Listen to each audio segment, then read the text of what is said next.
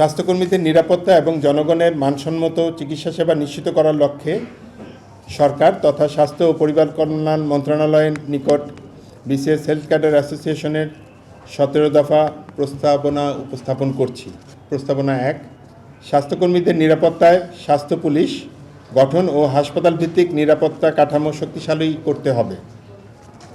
চিকিৎসক ও স্বাস্থ্যকর্মী সুরক্ষা আইন প্রণয়ন ও কার্যকর বাস্তবায়ন করতে হবে। ডিজিটাল ইমার্জেন্সি রেসপন্স সিস্টেম চালু করতে হবে। হাসপাতালে দর্শনার্থী নিয়ন্ত্রণ নীতিমালা প্রণয়ন করতে হবে। হামলার ঘটনায় রাষ্ট্রীয় মামলা বাধ্যতামূলকভাবে করতে হবে। স্বাস্থ্যকর্মীদের জন্য মানসিক ও আইনি সহায়তা সেল চালু করা। নিয়মিত মিডিয়া ব্রিফিংয়ের ব্যবস্থা করতে হবে। জনসচেতনতা কার্যক্রম গ্রহণ। চিকিৎসক ও রোগী প্রতিপক্ষ নয়, সহযোদ্ধা, এই বার্তা নিয়ে জাতীয় পর্যায়ে সচেতনতামূলক প্রচারণা চালাতে হবে। 2 নম্বর প্রস্তাবনা, সকল স্বাস্থ্য প্রতিষ্ঠানের আধুনিক অর্গানোগ্রাম প্রণয়ন। আমাদের 3 নম্বর প্রস্তাবনায় আছে ক্যাডার সার্ভিসের আইন জ্যেষ্ঠতা ও মেধা ও যোগ্যতার ভিত্তিতে পদোন্নতিকরণ নিশ্চিত করতে হবে। এর উদ্দেশ্য একটি ন্যায়সঙ্গত ও দক্ষতাভিত্তিক ক্যাডার ব্যবস্থার মাধ্যমে স্বাস্থ্যসেবার নেতৃত্বকে আরও শক্তিশালী ও কার্যকর করা। আপনারা জানেন, বিগত অন্তর্বর্তীকালীন সরকারের সময় অনেক সুপারনিউমারি পদোন্নতির পরেও আমাদের যোগ্য ক্যাডার পদোন্নতির অপেক্ষায়। সুপারনিউমারি অনেক পদ এখনও শূন্য। উক্ত পদগুলি বিধি অনুযায়ী সকল যোগ্য ক্যাডার দিয়ে যথাসময়ে পূরণ করে মেডিকেল কলেজ হাসপাতালগুলোকে চলমান রাখা প্রয়োজন। আমাদের 4 নম্বর প্রস্তাবনায় আছে স্বাস্থ্য খাতে প্রয়োজন ভিত্তিক নতুন পদ সৃষ্টি নিশ্চিতকরণ।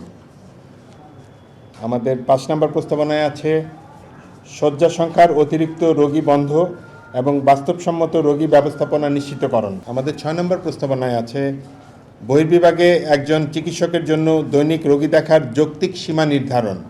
প্রতি চিকিৎসক সর্বোচ্চ 40 জন রোগী।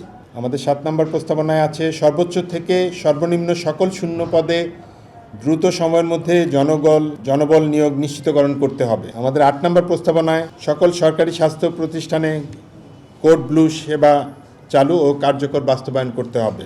আমাদের 9 নম্বর প্রস্তাবনায় আছে জরুরি বিভাগ, trauma centre, ICU, CCU, dialysis unit সহ উচ্চ ঝুঁকিপূর্ণ কাজে নিয়োজিত স্বাস্থ্যকর্মীদের ঝুঁকি ভাতা প্রদান নিশ্চিতকরণ করতে হবে।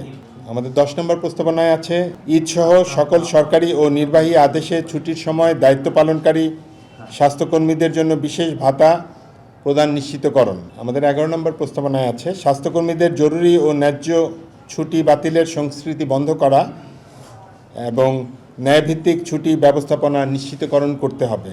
আমাদের 12 নম্বর প্রস্তাবনায় আছে চিকিৎসক সহ সকল পর্যায়ের স্বাস্থ্যকর্মীদের সরকারি খরচে দেশীয় ও বিদেশে নিয়মিত প্রশিক্ষণ নিশ্চিতকরণ। আমাদের 13 নম্বর প্রস্তাবনায় যা আছে চিকিৎসক সহ স্বাস্থ্যকর্মীদের প্রশিক্ষণ ও পেশাগত উন্নয়নের লক্ষ্যে বিদেশ ভ্রমণ প্রক্রিয়া সহজীকরণ করতে হবে। আমাদের 14 নম্বর প্রস্তাবনায় আছে স্বাস্থ্য মন্ত্রণালয় ও এর আওতাধীন প্রতিষ্ঠানে কর্মরত সকল কর্মচারীর জন্য রেশন ব্যবস্থা চালুকরণ। আমাদের 15 নম্বর প্রস্তাবনায় আছে চিকিৎসক ও স্বাস্থ্যকর্মীদের পদায়নের সুনির্দিষ্ট, স্বচ্ছ ও ন্যায়ভিত্তিক নীতিমালা প্রণয়ন ও বাস্তবায়ন। 16 নম্বর প্রস্তাবনায় আছে স্বাস্থ্য ব্যবস্থাপনায় জনপ্রতিনিধি ও সংশ্লিষ্ট সকল অংশীজনের সাথে চিকিৎসকদের প্রতিপক্ষ নয়, সহযোগী অংশীদার হিসাবে সম্পর্ক নিশ্চিতকরণ। 17 নম্বর প্রস্তাবনায় আছে স্বাস্থ্যখাত সংশ্লিষ্ট তথ্য ও সংবাদ পরিবেশনে তথ্যের যথার্থতা, বস্তুনিষ্ঠতা